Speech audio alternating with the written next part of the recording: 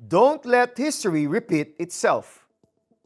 Very familiar tayo sa idiomatic expression na history repeats itself. Madalas na ginagamit ang mga salitang ito kapag may nangyayaring negative sa isang tao dahil sa mga maling desisyon sa buhay. And we desire na hindi na ito maulit. Bad things happen because of bad decisions. Madalas, we have to live with the terrible consequences of our actions. And when this happens, the best thing that you can do is learn your lesson. And yun na nga, not let history repeat itself. Ganito ang nangyari sa mga Israelita sa Old Testament noong panahon na ang namumuno sa kanila ay ang mga hukom. Magkakasala ang bansang Israel at pababayaan sila ng Diyos dahil sa pagwawalang bahala nila sa Kanya. Kaya, makakonquer sila ng kanilang mga kalaban. The people of Israel would cry out to God due to suffering. Ang gagawin ni Lord, He would raise up a judge to rescue and deliver His people from their enemies.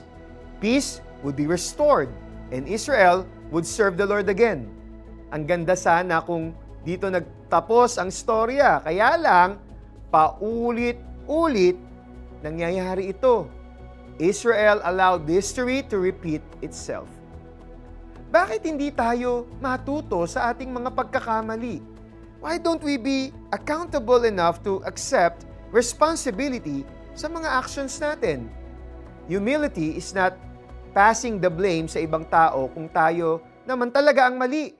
When we transfer the blame, we are bound to make history repeat itself. Ibig sabihin, hindi tayo natuto. God is calling us to be humble so that He can give us the grace. Matuto na tayo.